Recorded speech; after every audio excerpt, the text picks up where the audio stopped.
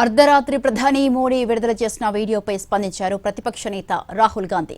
విద్యార్థులను అవమానించవద్దని అన్నారు.